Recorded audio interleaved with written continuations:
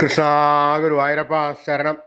പൊന്നുണ്ണി കണ്ണൻ്റെ ഉഷപൂജ അലങ്കാരം രാവിലെ 4 മണിയോടുകൂടി മലർ നിവേദ്യം കഴിഞ്ഞ് ശ്രീകോവിൽ നട തുറന്നു. പൊന്നുണ്ണി കണ്ണൻ അത് ആശ്രയിലകത്ത് പുഞ്ചിരിച്ച് നിൽക്കാണ്. നെയ്വിളക്കുകളെല്ലാം നിറഞ്ഞു കത്തുന്നുണ്ട്. അതിൻ്റെ ശോഭയിലെ പൊന്നുണ്ണി കണ്ണൻ്റെ പുഞ്ചിരി കാണാൻ കൂടുതൽ കൂടുതൽ കൂടുതൽ ഒരു ഭംഗിയുണ്ട്. പൊന്നുണ്ണി കണ്ണൻ്റെ തിരുമുഖം ചന്ദനം ചാർത്തിയിട്ടുണ്ട്. നെറ്റിയിൽ ഒരു സ്വർണ്ണഗോപിക്കുറി അണിയിച്ചിട്ടുണ്ട്. ചെവിയിൽ ചെവിപ്പൂക്കൾ വെച്ചിട്ടുണ്ട്. മാറത്തൊരു സ്വർണ്ണ തിലകവും 2 സ്വർണ്ണമാലകളും ചാർത്തിയിരിക്കുന്നു. പൊന്നിൻ കിങ്ങിണി കെട്ടി പട്ടുകോണകമെടുത്ത് ഒരു പീതാംബരപ്പട്ട് ഞൊറിഞ്ഞെടുത്തിട്ടുണ്ട്. വലത് കൈയിൽ ഓടക്കുഴലുണ്ട്. സ്വർണ്ണ കിരീടം ചാർത്തി കിരീടത്തിന്മേൽ 3 തിരുമുടിമാലകളും 2 വലിയ വനമാലകളും ചാർത്തിയിരിക്കുന്നു. അങ്ങനെ സുന്ദരനായി പുഞ്ചിരിച്ച് നിൽക്കുന്ന സച്ചിദാനന്ദ കട്ടയെയാണ് നട തുറന്ന സമയത്ത് ഭക്തന്മാരെല്ലാവരും കാണുന്നത്.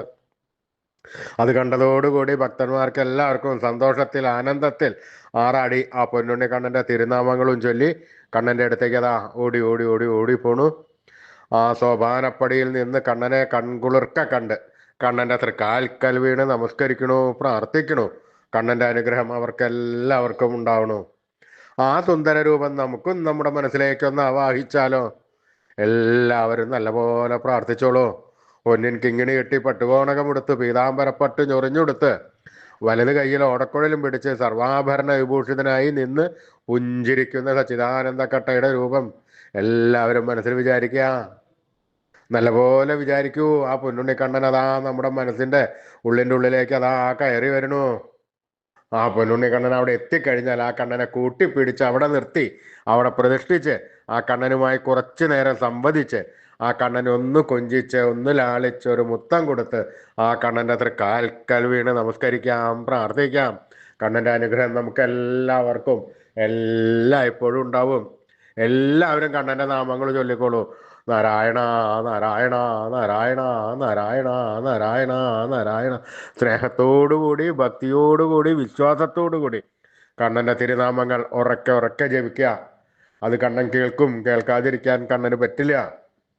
അത് കേട്ട് കഴിഞ്ഞാൽ കണ്ണൻ അവിടെ നിന്ന് ഓടി ഇങ്ങോട്ട് വരും നമ്മുടെ അടുത്തേക്ക് ഓടി വന്ന് നമ്മൾ കൊടുത്ത സ്നേഹത്തിൻ്റെ 10 മടങ്ങ് ഇരട്ടി സ്നേഹത്തോടു കൂടി നമ്മുടെ ഒക്കത്തൊക്കെ ഒന്ന് കയറി ഇരുന്ന് നമുക്കൊരു മുത്തം തന്ന് പിന്നെ വേണ്ട സമയത്ത് വേണ്ടതെല്ലാം വാരിക്കോരി തന്ന് കണ്ണൻ നമ്മളെ അനുഗ്രഹിക്കും. അതുകൊണ്ട് എല്ലാവരും കണ്ണനെ സ്നേഹത്തോടു കൂടി വിളിച്ചോളൂ. നാരായണ നാരായണ നാരായണ നാരായണ നാരായണ നാരായണ.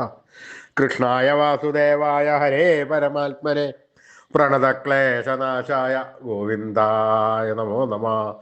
കൃഷ്ണായ വാസുദേവായ ഹരേ പരമാത്മനെ പ്രണതക്ലേശനാശായ ഗോവിന്ദായ നമോ നമ. കൃഷ്ണായ വാസുദേവായ ഹരേ പരമാത്മനെ പ്രണതക്ലേശനാശായ ഗോവിന്ദായ നമോ നമ. അച്യുതാനന്ദ ഗോവിന്ദ അച്യുതാനന്ദ ഗോവിന്ദ അച്യുതാനന്ദ ഗോവിന്ദ. ഈ നാമത്രയ മന്ത്രം എല്ലാവരും ദിവസേന ഉപാസിക്കുക.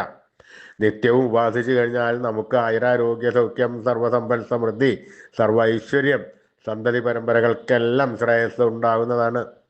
ഋഷീശ്വരന്മാർ തലമുറകൾ കൈമാറി തന്ന ഈ അമൂല്യനിധി നമ്മൾ വിട്ടുകളയരുത്. നമ്മൾ ഉപാസിക്കണം.